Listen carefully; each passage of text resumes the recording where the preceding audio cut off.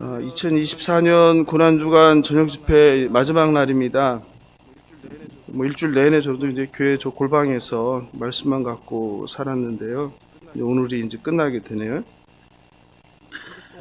한 주 동안 하나님께서 매일 밤 주신 은혜에 감사드리고 주님께서 십자가를 향해 가시는 길을 동참해 주신 모든 성도님들께 감사를 드립니다. 예수님의 십자가 죽음은 그 책임자인 빌라도라는 로마 총독의 권력 유지란 사적 이익과 공의를 저버린 무책임함, 그리고 당시 예루살렘 종교 권력자들인 대제사장들과 사두개인들의 예수에 대한 시기, 질투심, 그리고 권력자들이 선동한 대중들의 어리석음과 분별력 없는 잘못된 판단이 결합한 최악의 결과입니다. 예수님은 이 땅에서의 최종 목적지인 십자가 처형의 장소인 골고다로 향합니다. 그리고 제3시, 그러니까 유대인의 시간에 플러스 6을 하면 된다고 그랬죠. 그러니까 오늘 아침, 금요일 날 9시에 밤새 재판을 받고 십자가에 못 박히고 매달리셨습니다. 마가복음의 특징은 뭐라고 말씀드렸어요? 긴박함, 빠르게 진행됨, 속도죠, 그죠? 그래서 곧, 즉시 이 단어를 41회 이상 사용했습니다. 그런데 마가복음을 크게 나누면 지역으로 우리가 나눌 수 있는데 갈릴리 사역, 갈릴리에서 예루살렘까지, 그리고 이제 우리가 지금 보고 있는 마지막 11장부터가 예루살렘 사역. 그런데 종려주일, 우리가 종려주일날 예루살렘에 입성하고 나서부터는 갑자기 속도가 느려지는 거예요. 1년 단위로 진행되던 사건들이, 또 한 달 단위로 진행되던 사건들이 이제 어떻게 돼요? 예루살렘에 입성해서는 하루 단위로 느려지는 거죠. 그리고 이제 예수님의 죽음을 앞두고는 또 느려지죠. 어떻게 느려져요? 3시간 단위로 느려지는 것을 우리가 오늘 보게 됩니다. 마지막 날 예수께서 십자가에 매달려 죽기까지 마지막 하루를 3시간씩 마가는 8편의 드라마를 만들고 있습니다. 8부작 드라마, 8부작 대화 드라마, 이렇게 얘기할 수 있겠어요. 8편의 영화 또는 드라마의 일부는 어디서 시작합니까? 성경에서? 일부가 어디서 시작돼요? 마지막 성경책을 봐야죠. 저를 보지 말고. 예, 제 얼굴에 답이 안 써 있으니까 성경책을 보셔야죠. 어디 있습니까? 예? 어디가 일부의 시작이에요? 예? 거기 시간이 나와 있잖아요. 14장으로 가볼까요? 14장 17절. 그죠? 예, 14장 17절 보면 거기 동그라미 쳐놓으세요. 거기 뭐라고 되어 있습니까? 저물매. 그죠? 유대인에게 저물매는 몇 시를 뜻해요? 저녁 6시를 보통 뜻하죠. 유대인의 시간은 저녁 6시부터 뭐가 시작돼요? 하루가 시작되는 거죠. 그러니까 14장 17절부터가 이제 이제 하루가 시작되는 거예요. 첫 번째 일부입니다. 일부의 얘기는 무엇입니까? 예수님의 제자들과의 마지막 식사, 성만찬 이야기죠. 이걸 3시간 동안 하시죠. 그럼 3시간이니까 9시에 끝나고 이제 9시에 어디로 가세요? 식사를 마치시고 감람산으로 올라가시죠. 그러니까 26절부터가 되겠죠. 이에 그들이 찬미하고 감람산, 여기가 이제 2부죠. 이제 2부가 시작돼서 어디로 가세요? 감람산, 겟세마네 동산에, 우리가 월요일 날 한 본문이죠. 겟세마네 동산에 가서 기도를 몇 시간 동안 하세요, 또? 지금 3시간씩 드라마를 찍으니까 3시간 동안 하시죠. 그걸 어떻게 알 수 있어요? 예수님이 기도하다 말고 제자들을 깨우지, 이놈들아 너희는 1시간도 기도하지 못하느냐 해서 베드로를 혼내잖아요. 그러니까 1시간 단위로 3번 왔다 갔다 하셨죠. 3시간이라는 거죠. 이게 성경을 통해서 마가는 은근히 그 시간을 얘기하고 있는 거예요. 그리고서 이제 3부는 어디예요? 3부는 43절인가요? 그죠? 잡히는 장면이죠. 그죠? 겟세마네에서 기도가 끝내고, 이제 가자. 때가 왔다 하시잖아요. 그러니까 3부가 14장 거기 43절부터 우리가 시작한다고 보면 되겠어요. 시간은 몇 시예요? 12시죠. 12시에 끌려가서 이제 어디로 갑니까? 처음에는 대제사장 안나스에게 가고, 그죠? 안나스에 가서 기초신문을 받는 동안 뭘 소집했겠어요? 사내들인 공회를 긴급 소집했겠죠. 그래서 누구한테 다시 넘겨요? 대제사장 가야바에게 넘기죠. 그래서 또 공회에서, 사내들인 공회에서 재판을 하게 되죠. 그죠? 그게 몇 시까지예요? 12시에서 3시까지 이렇게 이루어졌겠죠. 그리고 나서 이제 누가 등장을 합니까? 우리가 베드로의 울음이란 제목으로 수요일날 살펴봤나요? 그죠? 누가 등장해요? 베드로가 배신하는 장면. 거기서는 닭이 우는 걸 통해서 시간을 얘기하는 거죠. 그게 새벽 3시부터 6시까지 이렇게 우리가 잡을 수 있겠습니다. 그게 4부가 되겠죠. 4부. 그러면 5부는 어디겠어요? 5부는? 그렇죠. 5부는 바로 어디가 15장 1절 가보세요.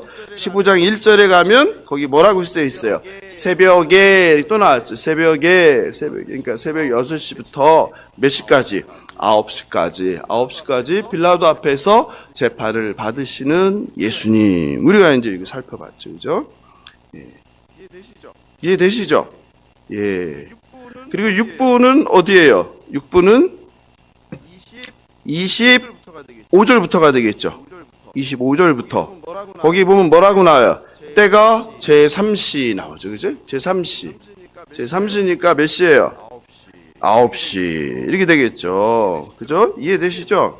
이게 지금 드라마를 마가는 나름 시간을 계산해서 3시간짜리 드라마 영화를 찍고 있는 거예요. 그래서 마지막 하루를 8개의 드라마로 찍어서 나름대로 청중들한테 보여주고 있는 거죠. 시간 단위로.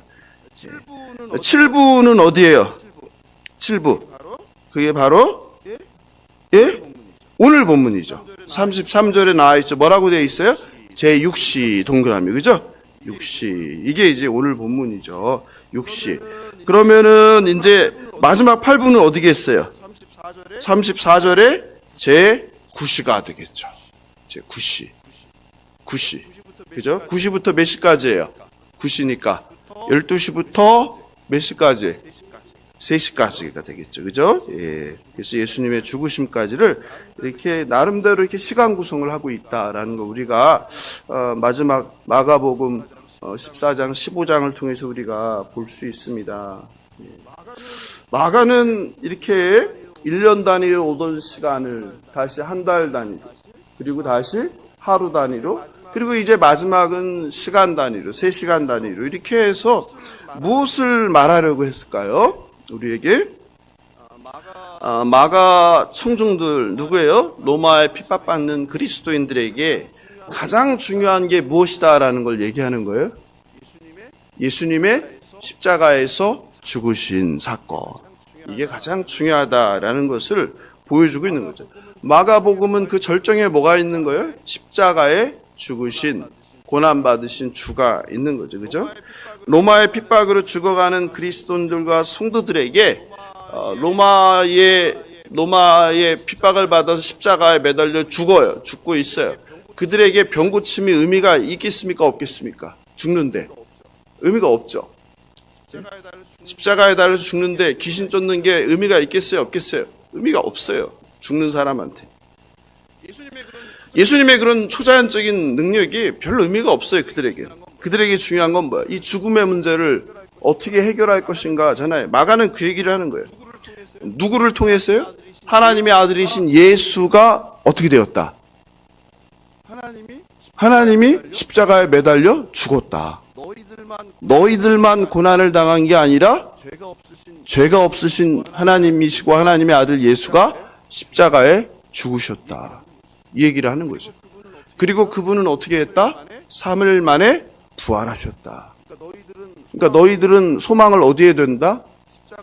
십자가에서 우리 죄를 짊어지고 대속하신 예수의 죽음과 부활만이 너희들에게 소망이다. 주님은 죽음을 이기시고 부활하신 하나님이시고 하나님의 아들이다. 이 얘기를 하고 싶은 거죠.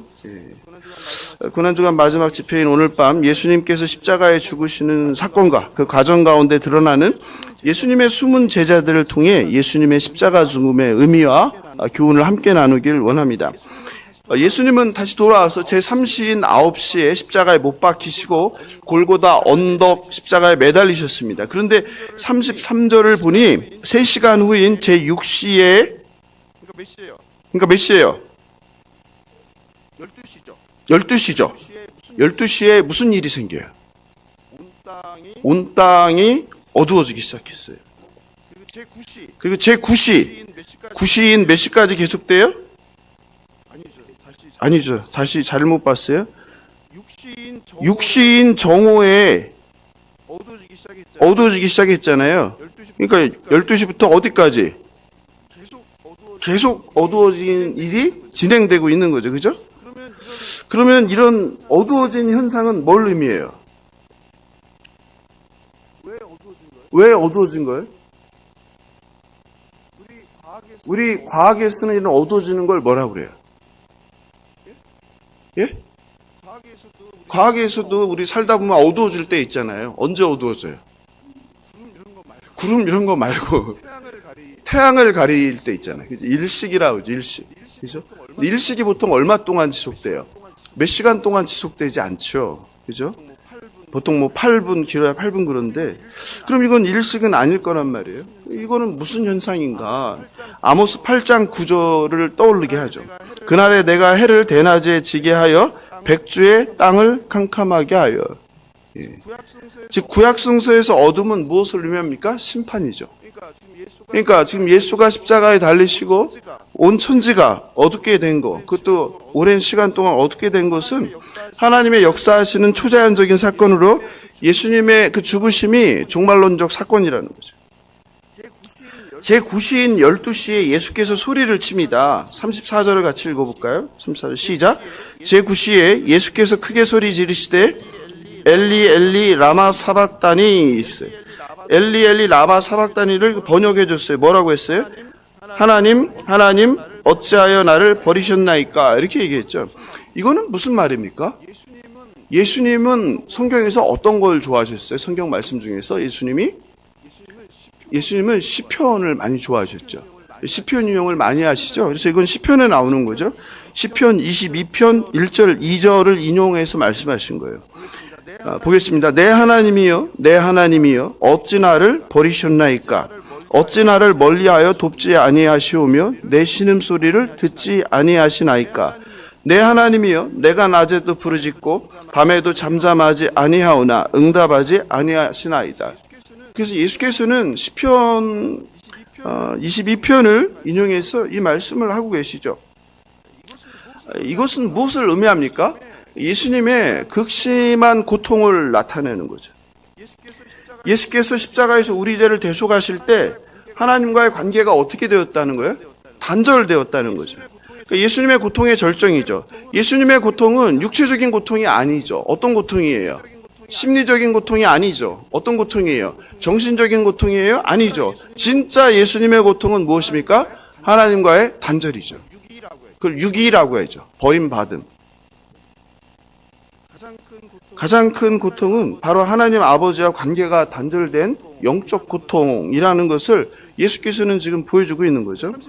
36절을 보니 한 사람이 달려가서 해면에 신포도주를 적시어 갈대에 꿰어 마시게 하고 이르되 가만두라 엘리야가 와서 그를 내려주나 보자 하더라 했어요. 그죠? 36절에 보니까 이 신포도주가 나오는데, 신포도주는 그 포도주를 식초로 희석한 거예요. 그러니까 포도주 식초? 이렇게 생각할 수 있겠어요. 군인과 노동자들이 뭐 우리로 치면은 뭐 바카스 같은 거죠. 바카스 같은 어떤 음료 이런 거죠. 힘들 때, 졸릴 때 뭔가 이렇게 몸과 머리를 각성하려고 이제 먹는 그런 거였어요. 어제 우리가 살펴봤는데 어제도 이게 나왔어요. 예수님께서 골고다로 향할 때 23절 같이 읽어볼까요? 23절 시작. 몰약을 탄 포도주를 주었으나 예수께서 받지 아니하시니라. 그죠? 어제도 십자가를 지고 향하여서 골고다로 갈 때 몰약, 그러니까 마약 성분이 있는, 그죠? 진통 효과가 있는 몰약을 탄 포도를 줬는데 예수께서 마시셨어요? 마시지 않으셨어요? 마시지 않으셨죠. 왜 마시지 않았다고 했습니까? 마가복음 14장 25절이죠. 마가복음 14장 가볼까요? 14장 25절 같이 읽어보겠습니다. 중요한 본문이니까 시작. 진실로 너희에게 이르노니 내가 포도나무에서 난 것을 하나님 나라에서 새 것으로 마시는 날까지 다시 마시지 아니하리라. 예수께서는 성만찬을 마지막 집례하면서 이제 내가 다시는 하나님 나라에서 새 포도주를 먹기 전에는 먹지 않겠다고 했단 말이에요. 그래서 십자가로 향하시는 길에서는 포도주를 마셨어요? 거절했어요? 거절했는데 오늘 지금은 십자가에서 포도주를 마셔요? 안 마셔요? 예? 마십니까? 안 마십니까? 마신다는 분이 있고 안 마시는 글씨가 달라요? 책이? 예? 성경을 읽어보세요. 뭐라고 돼 있는데요?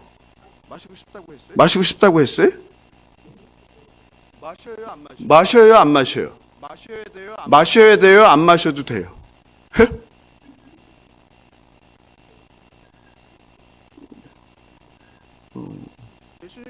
예수님께서 포도주를 마시죠? 예? 마시죠?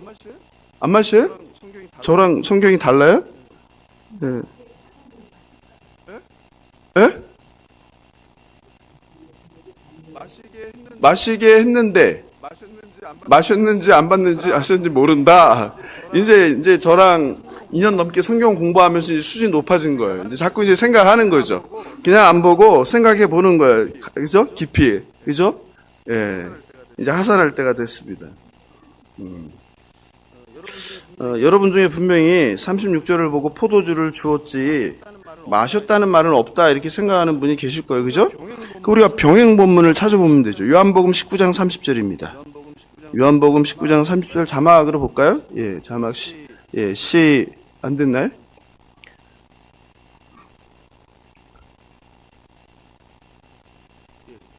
예, 제가 따로 카톡으로 보내드렸는데.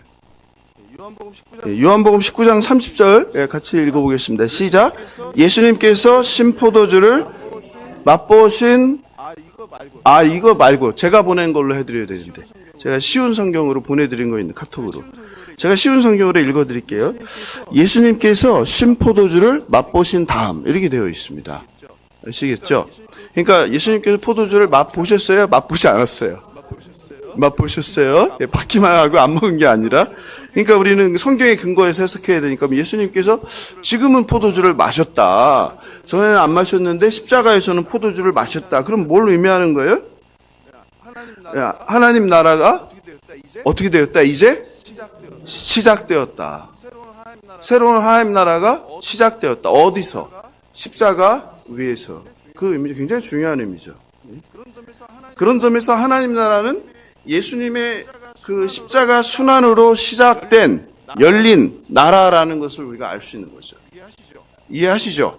그래서 제가 전에 그 24절인가요? 가면서 나중에 마시는데 이 얘기를 잠깐 했었잖아요. 그죠? 네, 요겁니다. 바로. 네, 이해하시죠? 36절에서 사람들은 예수님의 외침을 듣고 예수께서 엘리야를 부른다고 생각했어요. 왜 그랬죠? 예수님은 큰 소리로 외쳐있잖아요. 엘리 엘리 라마 사박다니 했잖아요. 근데 왜 엘리야를 부른다고 한 거예요?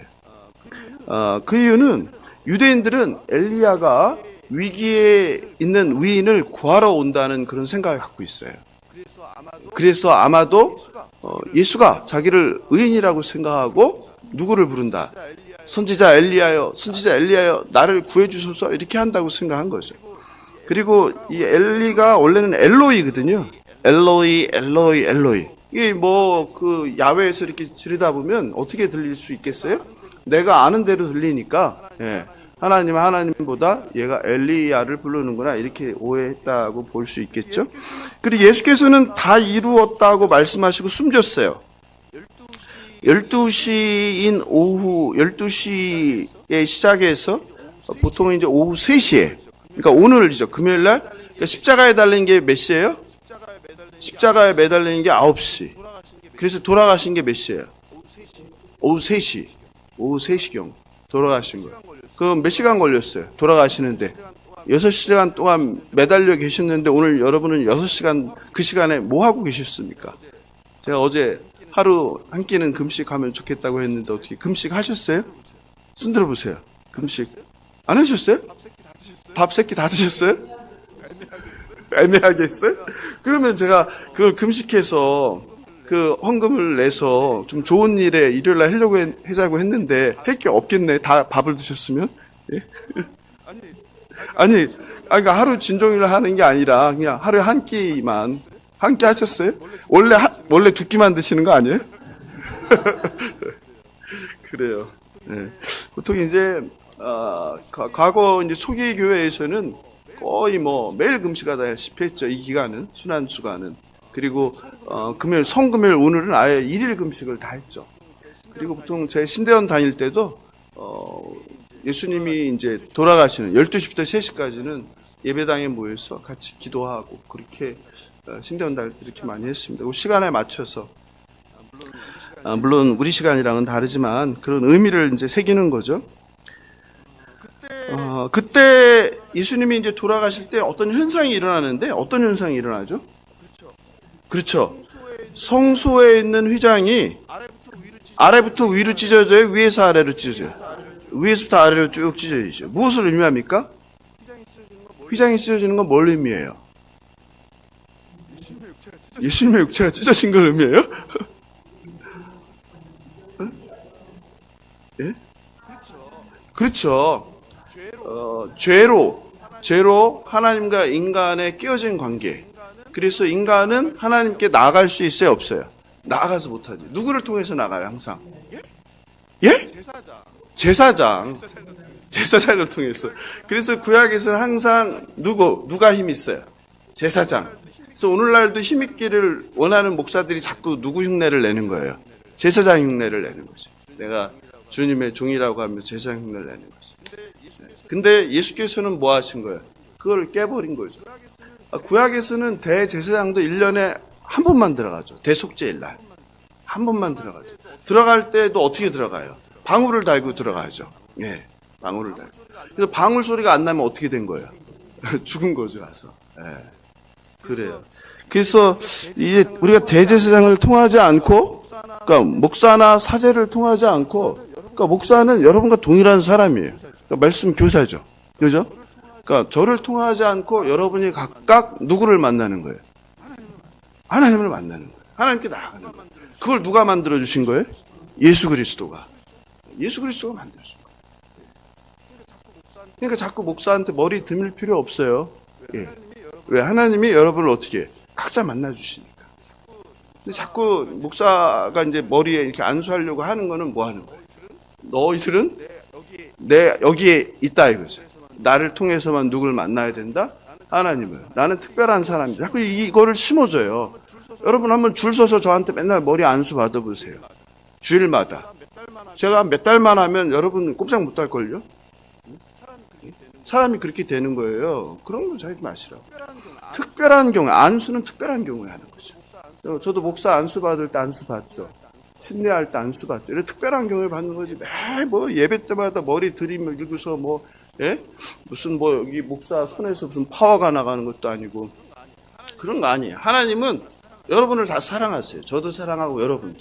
그러니까 하나님이 주실 게 있으면 여러분에게 다 주시는 거예요. 그걸 믿으시기 바랍니다. 그것 때문에 예수께서 뭐 하신 거예요? 십자가에서 오늘 돌아가셨잖아요.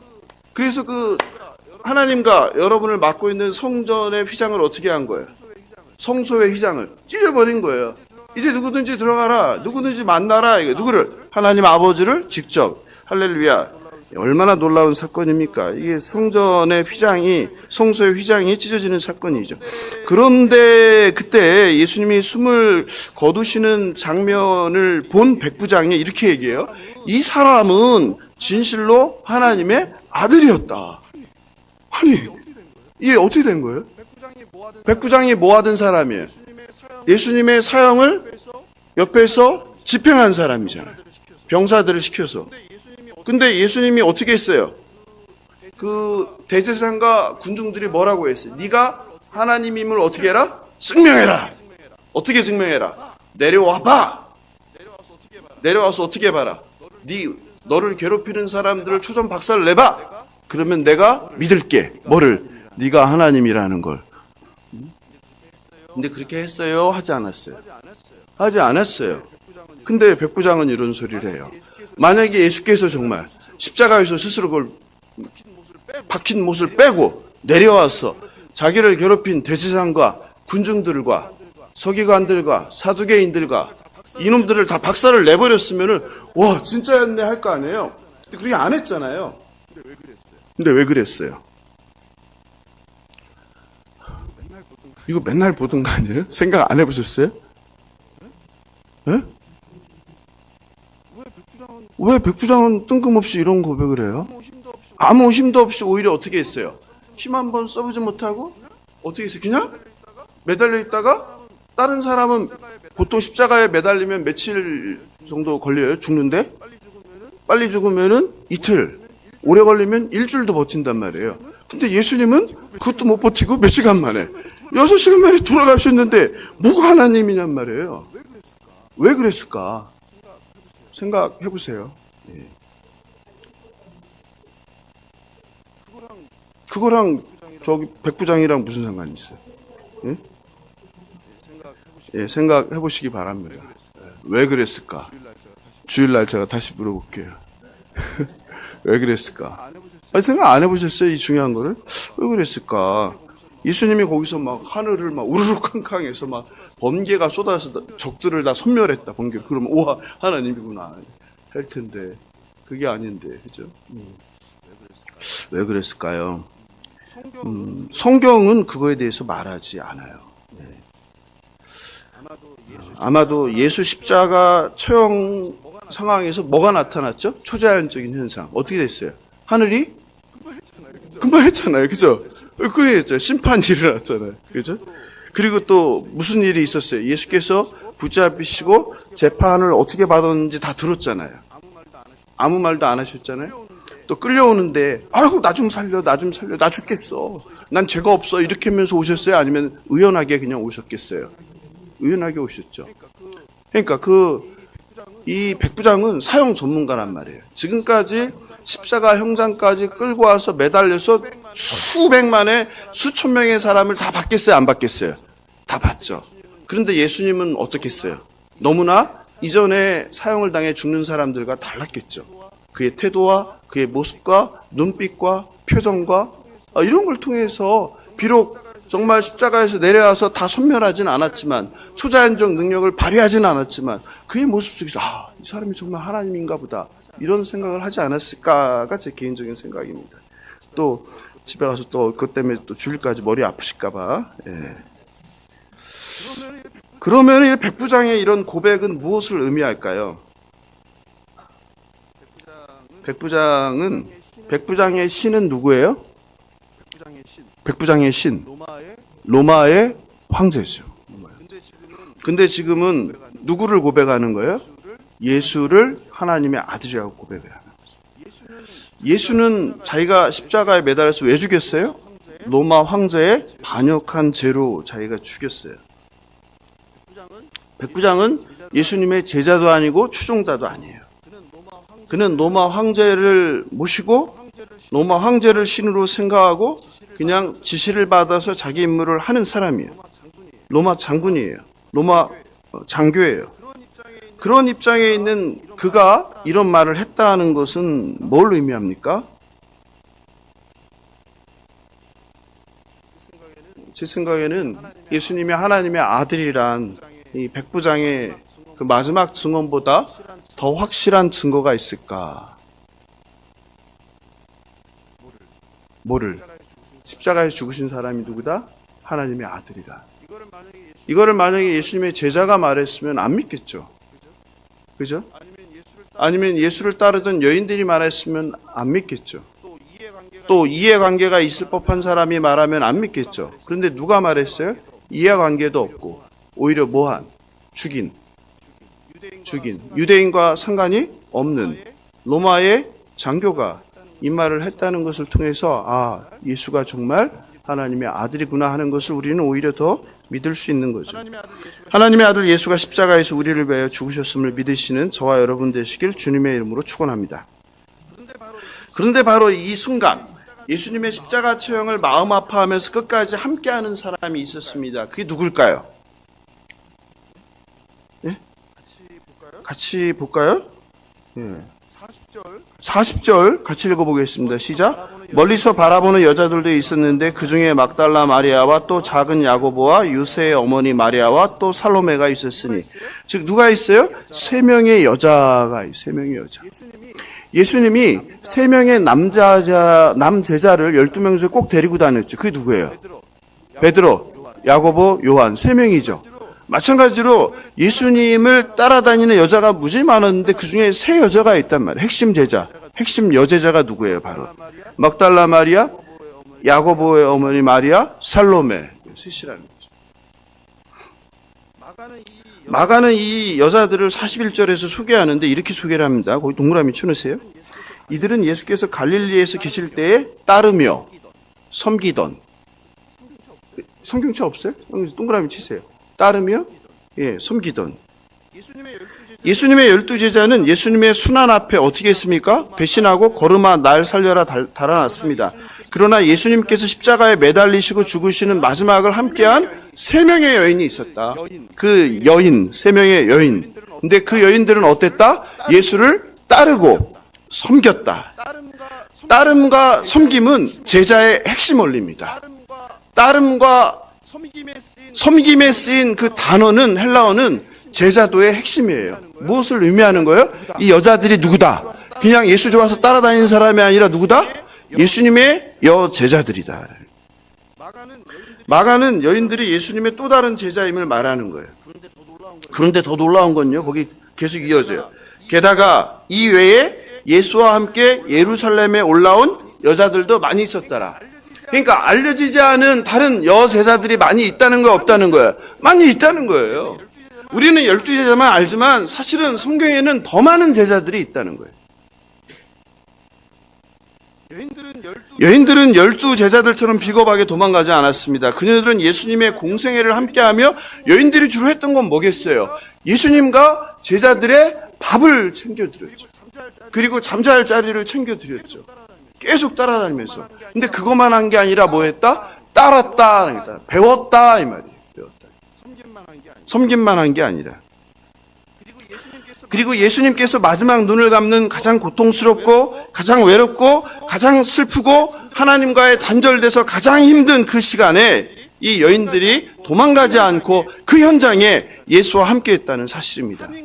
한 인간의 가장 비극적인 최후를 함께하는 이들이야말로 친구예요. 저기예요. 진짜 친구죠. 진짜죠. 진짜. 좋을 때 친구는 친구가 아니죠. 언제 친구가 진짜 친구예요? 비 올 때 친구가 진짜 친구라는 거 아니에요. 이들이야말로 정말 순전하게 아무 이해 관계 없이 누구를? 주님을 사랑했던 사람들이에요.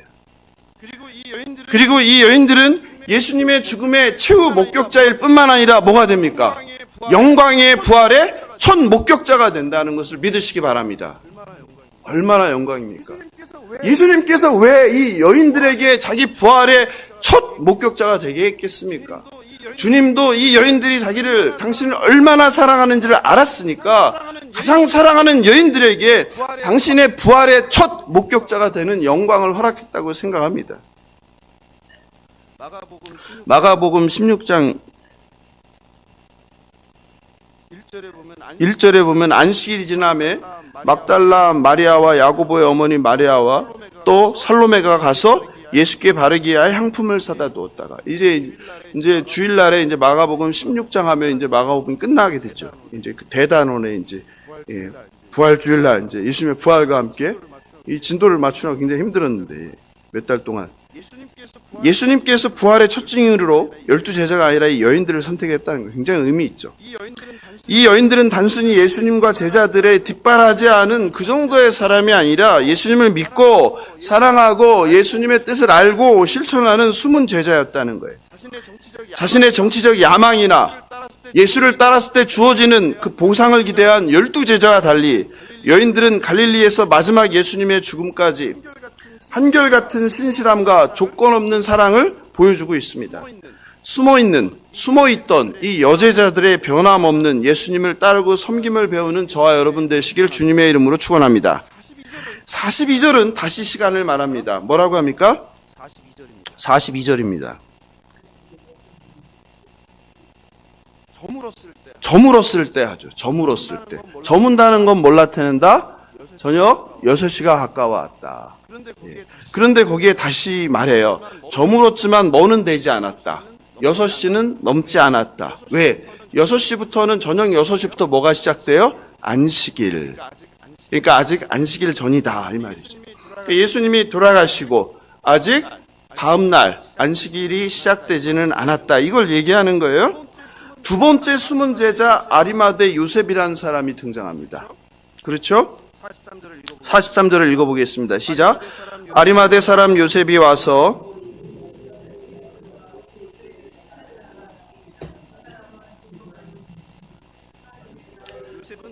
요셉은 빌라도를 찾아가서 예수님의 시체를 달라고 합니다. 마가는 여기서 당돌이라는 그 부사를 집어넣는데요. 그만큼 당당하게 했다는데 당돌하다는 것은 우리말에 이제 긍정적입니까? 부정적입니까? 예, 그래서 좀 좋지 않은 번역인 것 같아요. 당돌이보다는 담대하게가 더 맞는 번역이에요. 원래 이 단어가 톨마오라는 헬라어인데 원래 뜻이 담대하게 뭐뭐하다예요. 당돌이라고 이렇게 할 필요 없어요. 담대하게 빌라도에게 들어가 예수의 시체를 요구했다 이거 되겠죠. 담대하게. 당돌이보다는. 갑자기 튀어나온 아리마대 사람 요셉은 어떤 사람입니까? 아리마대는 무엇입니까? 그렇죠. 동네 이름입니다. 아리마대는 이름이 아니라 동네 이름이에요. 아리마대 사람이라고 해요. 요셉이에요. 요셉. 마가는 요셉을 뭐라고 표현해요? 뛰어난 공의원이다. 그러니까 사내들인 공의원이라는 거예요. 지도자예요. 국회의원이라는 거예요. 우리나라로 하면 국회의원이라는 거예요. 국회의원 70명 중에 한 명이라는 거예요. 대단한 자리죠. 근데 70명 중에 그냥 하나가 아니라 공의원 중에서도 어떤 사람이다? 뛰어난 국회의원이다. 뛰어난 지도자다. 아니, 그러니까 그거를 원래 헬라어로 하면 뛰어난 prominent 이렇게 되어 있어요. 이해되시죠?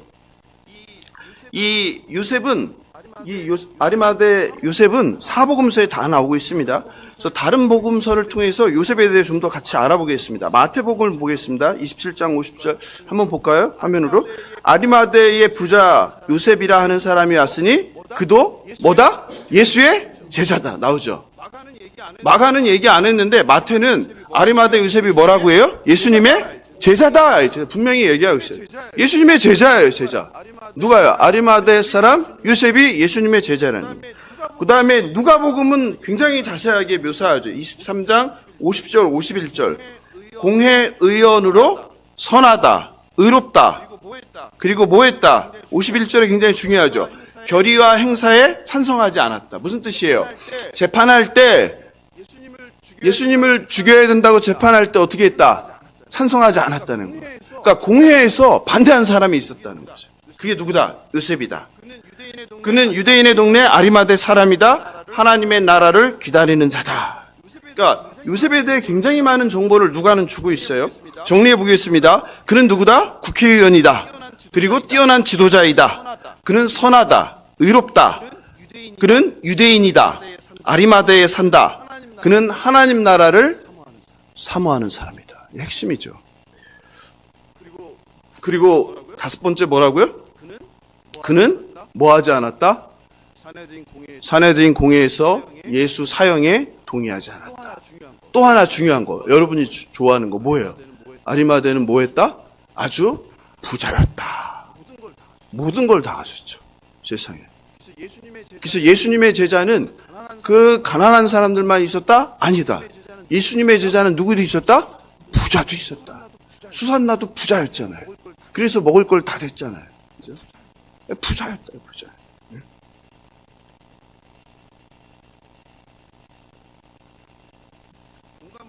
공간복음은 요셉을 이렇게 칭찬만 합니다. 그런데 요한복음으로 한번 볼까요? 요한복음은 어떻게 되어 있나? 요한은 요셉의 문제를 지적합니다.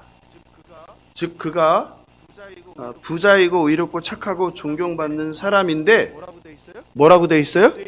유대인이 두려워 숨겼다. 나와죠. 예? 화면에 있잖아, 화면에. 유대인, 맨 밑에. 유대인이 두려워 숨겼다. 뭐를? 내가 예수님의 제자인 것을 숨겼다. 그죠?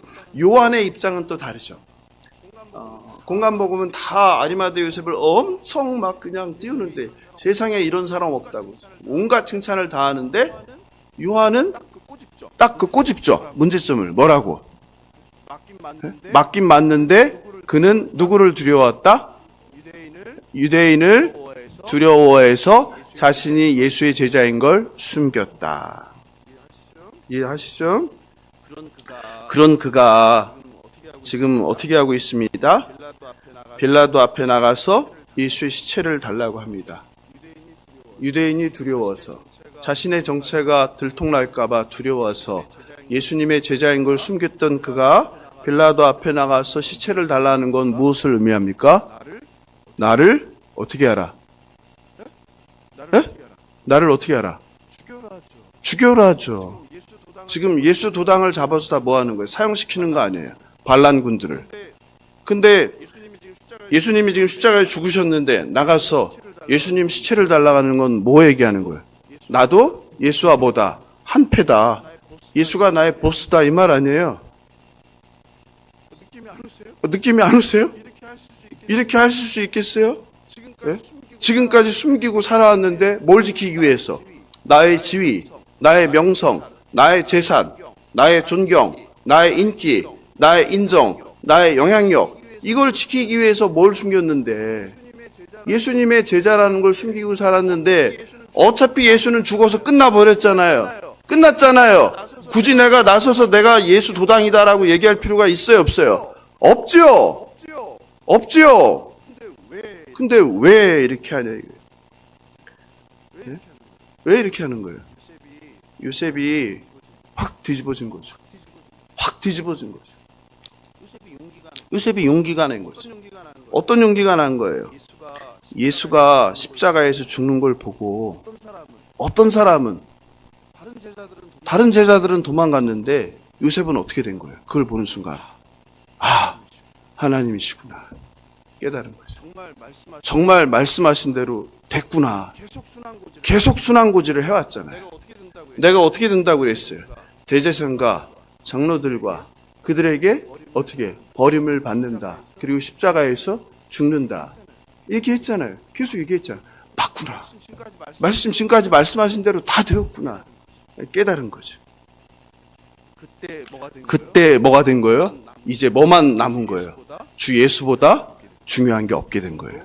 돈도, 명예도, 권력도, 국회의원이란 자리도, 신분도, 인기도 아무 필요가 없는 거예요. 뭐 말고는, 예수님 말고는. 그래서 어떻게? 돌아가신 예수님을 어떻게? 내가 장례를 치러드려야 되겠다. 내가 주님 살아계실 때는 세상에 내가 예수 제자라고 말하고 해야 될 일을 하지 못하고 숨기고 나의 신분을 감추고 나의 것을 지키기 위해서 그렇게 몰래 예수를 믿었는데 예수님이 죽는 걸 보고 이제 내가 죽는 한이 있어도 내가 가진 것을 다 뺏길지라도 어떻게 되겠다.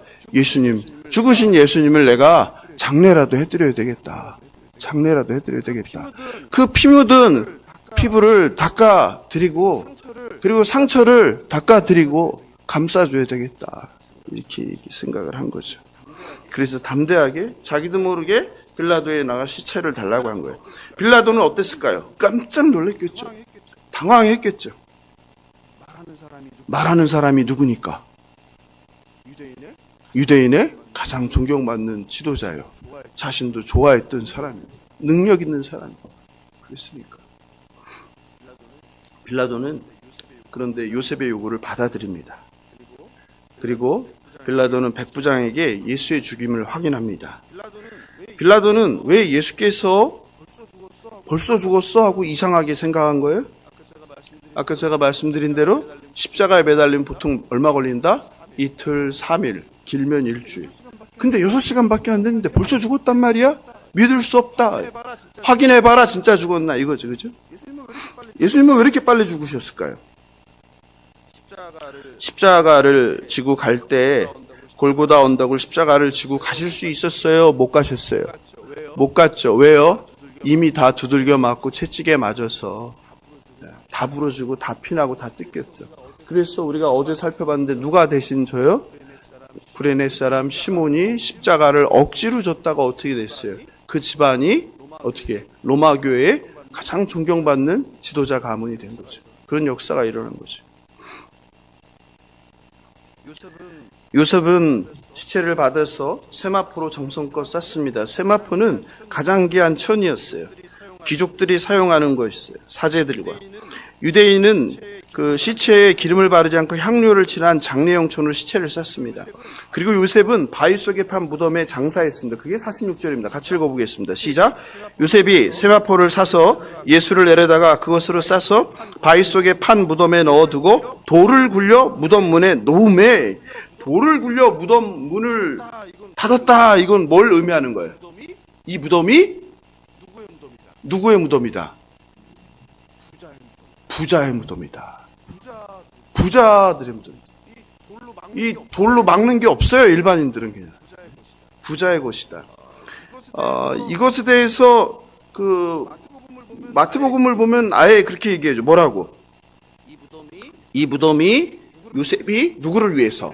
자기를 위해서 준비한 새 무덤이다. 그러니까 예수님을 헛무덤, 이미 누가 쓴 무덤에 넣은 게 아니라 자기 가족들이 들어가 있는 무덤에 넣은 게 아니라 아리마대 사람 요셉이 자기 가족들을 위해서 무덤을 새로 만들고 최고급으로 가장 좋은 자리에 그럴싸하게 만들어놨는데 그 새 무덤을 누구에게 줬다는 거예요? 사랑하는 예수님께 드렸다는 거예요.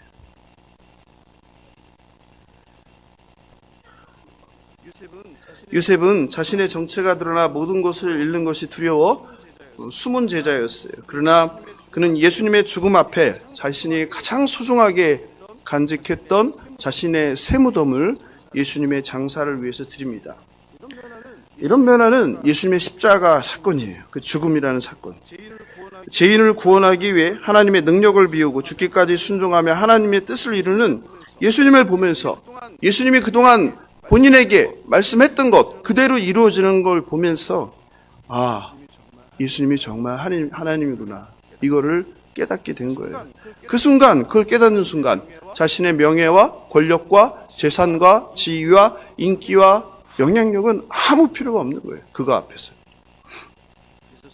그래서 설사 자신의 모든 것을 잃는 한이 있어도 혹시 잘못돼서 자신이 생명의 위협을 당할지라도 예수님을 마지막으로 장례를 잘 준비해야 되겠다. 이런 생각을 했을 것입니다. 아리마대 사람 부자 요셉은 예수님의 숨은 제자였습니다. 그는 결정적인 순간에 용기를 내서 세상이 아니라 하나님 나라를 선택한 사람입니다. 숨은 제자 아리마대 사람 요셉의 믿음과 헌신을 배우는 저와 여러분 되시길 주님의 이름으로 축원합니다. 한 장의 그림을 보겠습니다. 이 작품은 15세기 네덜란드 화가 로제 반 데르 바이덴이 그린 십자가 내림이라는 작품입니다. 화가 바이덴은 1418년 출간된 어제 제가 소개했던 거죠. 토마스 아켄피스의 그리스도를 본받아라는 책을 읽고 영감을 받았어요. 굉장히 그림 멋있죠. 진짜 화려하고 그죠? 네. 그리고서 이 작품을 1435년에 그리는데 The Descent from the Cross예요. 십자가에서 내림 그대로. 그는 인간의 슬픔을 그림에 표현했습니다. 실제로 예수님을 십자가에서 그 내리는 그 인물들 한번 다시 볼까요? 그림을? 인물들의 그 얼굴을 보면요. 정말 묘사를 잘했습니다. 그 얼굴의 표정 하나하나가 얼마나 섬세하게 얼마나 슬픔인지 얼마나 마음이 괴로운지를 잘 나타냈습니다. 이 그림에서 혹시 눈에 띄는 게 있습니까? 뭐가 눈에 띄시나요? 네? 지휘자님, 뭐가 눈에 띄세요? 예. 예, 파란색 여자가 눈에 띄죠. 왜 눈에 띄어요? 실신했죠. 누구겠어요? 어머니 마리아겠죠. 근데 실신한 마리아와 십자가에서 내려진 예수님의 몸이 어떻게 됐어요? 똑같죠. 똑같이 그린 거예요. 뭘 표현한 거예요? 그 고통이, 그 슬픔이, 그 단절이 어떻다? 아들 예수와 엄마 마리아가 똑같은 심정이다. 이거를 화가는 그림 속에서 나타낸 거죠. 그리고 여자들이 있고 왼편에, 그리고 십자가 위에 사다리를 놓고 누가 올라갔어요. 그 사람은 누구예요? 다음 그림 보면 있는데, 예. 아이고, 저게 먼저 떴네요, 순서가. 네, 저게 먼저 뜨면 안 되는데. 그 십자가에 올라간 사람이 있어요. 그 사람이 누구겠어요? 다 띄워주세요. 예. 누구겠어요? 종이에요, 종. 부자라고 했잖아요. 누구의 종? 요셉의 종. 그럼 바로 앞에 화려한 옷 있죠. 검았고, 빨갛고, 빨간 뭐 스타킹이에요? 스타킹 저 시대에. 스타킹을 신은 저게 누구예요? 부자. 딱 보면 느껴지죠, 부자인 게. 화려하죠? 귀족 같죠? 예, 아리마대 요셉이에요. 그리고 예수님을 붙잡고 있는 두 남자가 있는데 옆에 있는 한 남자는 누구예요? 니고데모. 니고데모인지 어떻게 알아요? 제가 지금 동그라미 하나, 조그만 동그라미 뭐가 있어요? 작은 병을 갖고 있어요. 저게 뭐예요? 장례를 치를 향유. 그러니까 누구예요? 그 남자는 니고데모의 종. 앞에 주인 뒤에서 그걸 들고 서 있는 거죠. 이걸 묘사한 거죠. 예, 바로 제가 이제 마지막으로 오늘 여러분과 나눌 거는 니고데모입니다. 왜 갑자기 니고데모일까요? 예? 마가복음에는 없지만, 예, 다른 복음에는 나옵니다. 요한복음 19장 39절을 보겠습니다. 같이 읽어보겠습니다. 시작. 일찍이 예수께 밤에 찾아왔던 니고데모도 몰약과 침향 섞은 것을 100리트라쯤 가지고 온지라. 니고데모가 예수님이 십자가에서 매달려 죽으신 다음에 어떻게 했다? 장사를 지냈다. 누구랑 같이? 아리마대 사람 요셉과 함께. 그러니까 둘은 공회에서, 사내들인 공회에서 어떻게 해? 동료였다. 둘 다 누구를? 비밀로 하면서 예수를 믿은 사람이다 라는 거 우리가 알 수 있겠죠, 그죠? 요한복음은 이렇게 가장 늦게 쓰여졌잖아요, 다른 복음에 비해서. 그래서 굉장히 다양한 정보를 갖고 있어요. 마태, 마가, 누가는 다 똑같잖아요. 그래서 다른 정보를 찾기가 힘든데 요한은 완전 다르죠. 그러니까 요한을 보면 특별한 정보들이 많이 숨겨져 있죠. 요한을 어떻게 소개했습니까? 옛날에 밤에 찾아왔던 니고데모 이렇게 하죠. 실제로 니고데모가 밤에 예수님을 찾아왔죠, 그죠? 여기서 그 침향 섞은 것이 100리트라라고 했죠. 동그라미 쳐놓으세요. 100리트라가 얼마예요? 1리트라가 327g이에요. 그러니까 100리트라니까 얼마예요? 33kg. 향수를, 유황을 얼마 갖고 왔다? 33kg. 맞아요, 적어요? 많아요, 적어요? 엄청 많죠. 이 정도의 양이면 과거에 누구? 열왕기 시대에 왕을 장례 치를 때 쓰던 양이에요. 그러니까 왕과 같은 대접을 했다는 거예요. 뭘 할 수 있어요? 니고데모도 뭐다? 부자다. 그리고 니고데모도 뭐 했다? 자신의 가장 소중한 걸 다 가져와서 다 드리고 있다. 왜냐하면 이 몰약이나 향료는 당시에 사치품이었어요. 기중품이었어요. 부자들만 쓸 수 있는 거예요. 근데 33kg나 되는 이거니까 얼마나. 우리가 그때 봤잖아요. 베다니에 마리아가 바친 옥합, 향유 옥합이 얼마짜리였어요? 4천만 원이 넘는 거라고 했잖아요. 그죠? 네? 한 병이. 근데 33kg면 몇 병이에요? 네? 100개는 되겠죠. 그죠? 니고데모는 정성을 다해 예수님의 장례를 합니다. 19장 40절입니다. 요한복음. 이에 예수의 시체를 가져다가 유대인의 장례법대로. 왜냐하면 니고데모는 뭐의 전문가예요? 유대인의 율법 선생님이잖아요. 율법의 전문가, 율법학자, 오늘날 하면 신학자잖아요. 그러니까 유대인의 장례법을 너무 잘하니까 그대로 예수님을 잘 모셔주는 거예요. 니고데모는 존경받는 바리새인 지도자였어요. 율법 선생님이었어요. 바리새인 중에 바리새인이었어요. 그는 율법에 능통했어요. 그리고 영생에 관심이 많았어요. 하나님 나라에 관심이 많았어요. 그래서 요한복음 3장을 보면 밤에 니고데모가 찾아오잖아요. 낮에 안 찾아오고 밤에 찾아오잖아요. 왜 그런 거예요? 네? 자신의 신분이 노출될까 봐 몰래. 그래서 니고데모도 누구예요? 숨은 제자죠. 그리고서 물어보죠. 라삐여, 당신은 하나님으로부터 온 선생인 줄 아나이다. 우리가 어떻게 해야지 영생을 얻을 수 있냐? 하나님의 나라에 들어가냐? 어떻게 해야 거듭나냐? 이걸 물어보잖아요. 그죠? 그랬던 그가 예수님이 십자가의 죽으심의 사건을 경험하면서 어떻게 된 거예요? 마음이 뒤집어진 거예요. 여러분, 그래서 신앙은 마음이 뒤집어져야 되는 거예요. 내 인생이 예수를 만났는데 뒤집어지지 않으면 진짜 만난 게 아닐 수도 있는 거예요. 뒤집어지지 않을 수가 없어요. 진리를 만났는데, 깨달았는데. 사도 바울이 다메섹 도상에서 예수를 만나고 어떻게 된 거예요?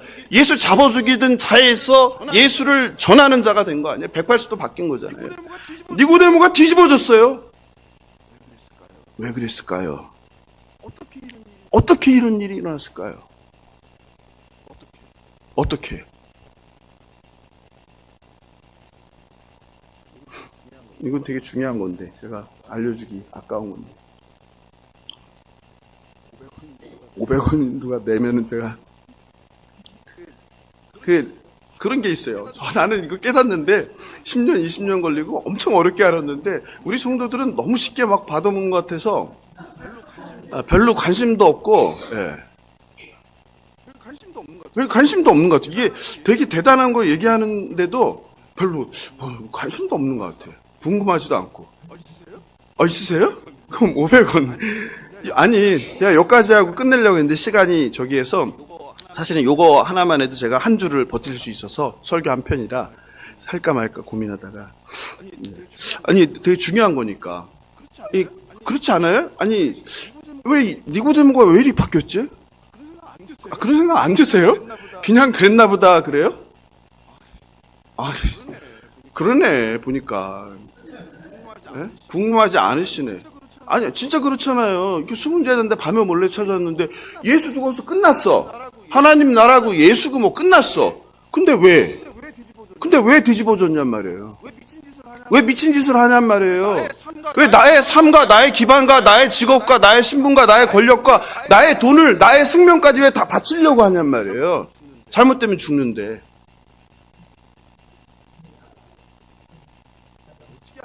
어떻게 알았냔 말이에요. 어떻게. 네? 알려드릴게요. 오늘 일주일 동안 고생하셨으니까 제가 한 주 더 고생하더라도 한번 찾아보겠습니다. 요한복음 3장 가겠습니다. 요한복음 3장. 요한복음을 언제 할지 몰라서 5년 후에 할지 10년 후에 할지 그래서 같이 읽어보겠습니다. 시작.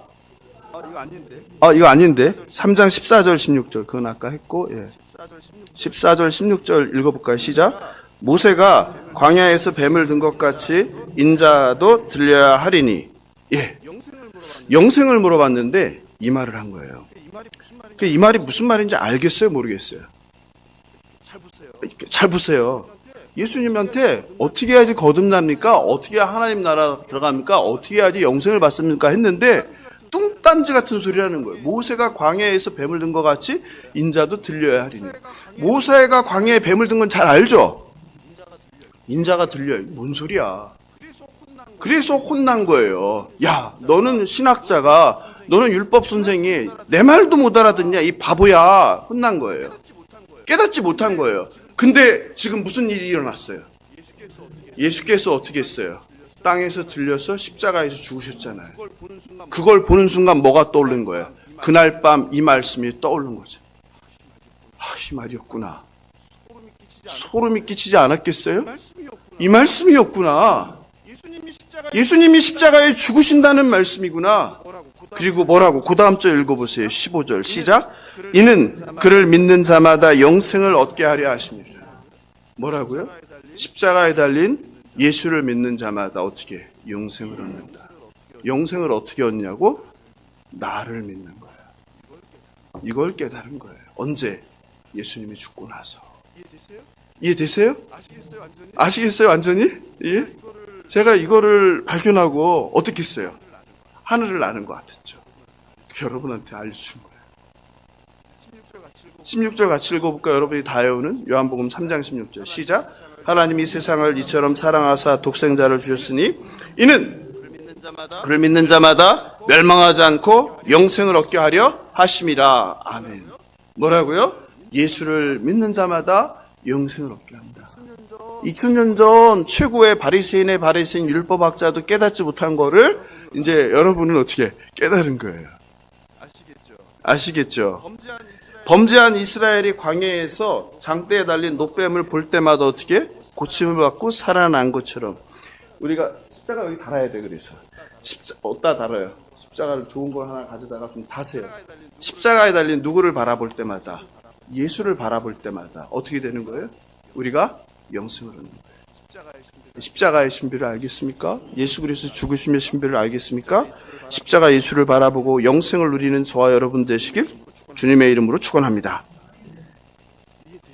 이해되시죠? 너무 놀랍지 않아요? 안 놀라고 저만 계속 놀라고 있어요. 저는 그날에 제가 이걸 깨달은 날에 그 감동이 너무 커서 아직도, 왜냐면 진리를 깨달으면 흥분이 되는 거예요. 이거를 깨닫더니 이런 뜻이구나. 성경은 보물이에요, 보물. 성경을 읽으면서 너무 재밌지, 너무 신나고 막 보물 찾기. 보물을 오늘 저는 일주일 동안 계속 보물 찾은 거예요. 저 방에 들어가서 그냥 그 산더미 같은 책 속에 보물을 찾는 거예요. 보물 찾기. 우리 성도들한테 주려고 보물을. 근데 안 오니까는 어떻게 했어요, 제 마음이.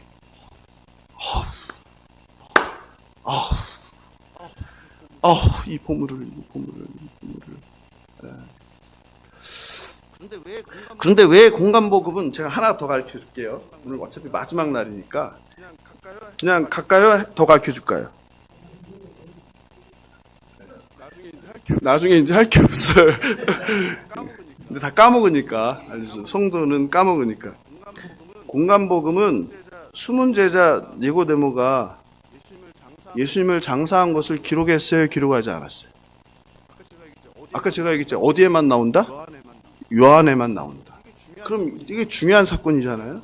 왜 공감복음 3명 기자들은 이 중요한 예수님을 장사 지낸 니고데모를 기록하지 않았느냐? 생각해 보십시오. 왜일까요? 네? 이건 주일까지 좀 생각을 해보십시오. 시간이 없어서. 오늘 이렇게 예수님의 십자가에 죽으시는 현장에, 왜냐하면 바리새인은 누구예요? 원수죠. 예수님을 십자가에 못 박은 원수. 예수님이 이 땅에 오셔서 제일 저주한 게 누구예요? 바리새인. 근데 니고데모는 누구다? 바리새인의 바리새인. 그래서. 그럼 요한은 왜 썼어요? 마태, 마가, 누가, 요한 중에서 요한복음은 가장 늦게 쓰여졌어요. 90년대 후반에. 요한이 몇 살 때 썼을까요? 다 죽기 전에. 90살이 다 넘어서. 그럼 죽을 때가 가까워지면 뭐가 없어져요? 욕심도 없어지고 또 기운도 없고 또 뭐가 없어져요? 밥맛도 없고 또 뭐도 없어져요? 하고 싶은 것도 없고 또 뭐가 없어져요? 제일 중요한 거. 미움이 없어지죠. 내가 죽는 마당에 어떻게 해야 되겠다? 예수님의 사건을 있는 그대로 기록해야 되겠다는 마음이 바리새인들에 대한 미움의 마음보다 더 크지 않았을까? 제 개인적인 생각이에요. 개인적인 생각. 또 여러 가지 또 다른 생각들도 하고 있는데 시간이 없어서 나중에 더 자세히 해줄게요. 숨은 제자들의 등장과 행동은 우리에게 무엇을 의미합니까? 오늘 숨은 제자 세 그룹을 봤어요. 해볼까요? 여자들. 같이 해볼까요? 여자들. 그리고 누구? 부자를 넣어야 돼요. 왜냐면 예수님의 제자 되면 다 가난하다고만 생각하니까 부자도 있었어요. 부자 누구? 아리마대 사람 요셉. 또 누구? 신학자, 율법학자, 바리새인의 바리새 니고데모. 이 세 유형의 사람들이 우리에게 무엇을 이야기해 줍니까? 믿음은, 신앙은 우리의 삶으로 증거된다는 거예요. 결정적인 순간 나의 선택과 행동이 나의 믿음, 나의 신앙이다. 평온할 때 나의 신앙, 나의 믿음은 가짜일 수 있다. 사상도가 길 수 있다. 결정적인 순간 나의 진짜 신앙이 드러난다는 사실이에요. 3년을 동고동락했지만 12 제자들은 눈앞에서 보고 경험했지만 결국 예수를 배신하고 다 떠나가 버렸습니다. 하나님 나라를 오해하고 마지막까지 자기 욕망, 자기 나라, 자기 출세를 꿈꿨습니다. 그러나 아리마대 사람 요셉과 니고데모는 예수님이 죽으시는 모든 게 무너지는 순간에 오히려 진리를 깨닫고 주님을 위해서 가장 소중한 전부를 내어주고 있습니다. 여러분은 어떻습니까? 여러분은 결정적인 순간, 나의 삶이 무너지는, 나의 삶이 위협받는 순간, 나의 커다란 손해가 미치는 순간 이렇게 믿음을 선택할 수 있으십니까?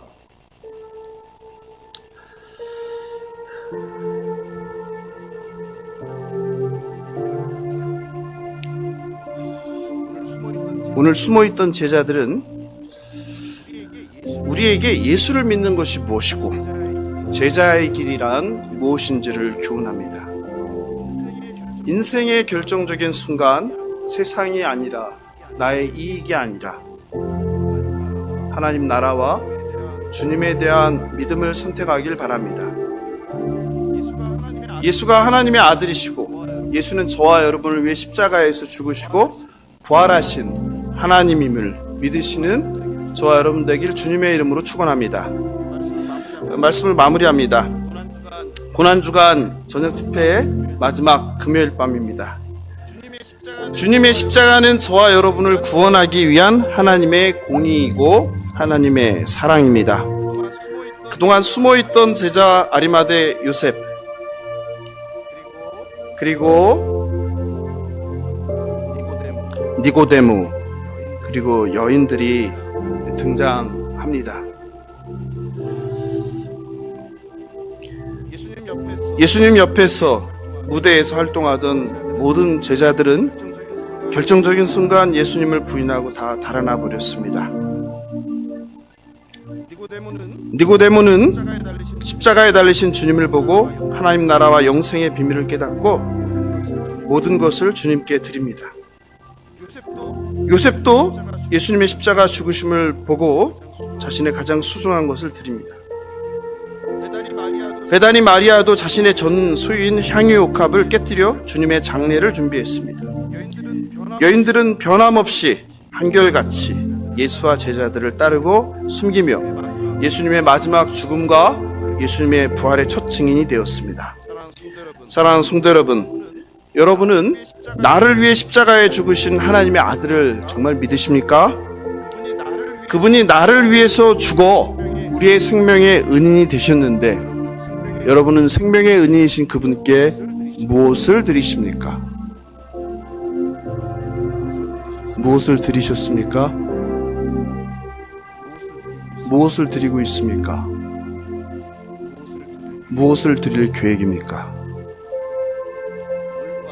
오늘 밤 나를 위해 십자가에 죽으신 사건의 그 의미를 마음에 새기면 좋겠습니다.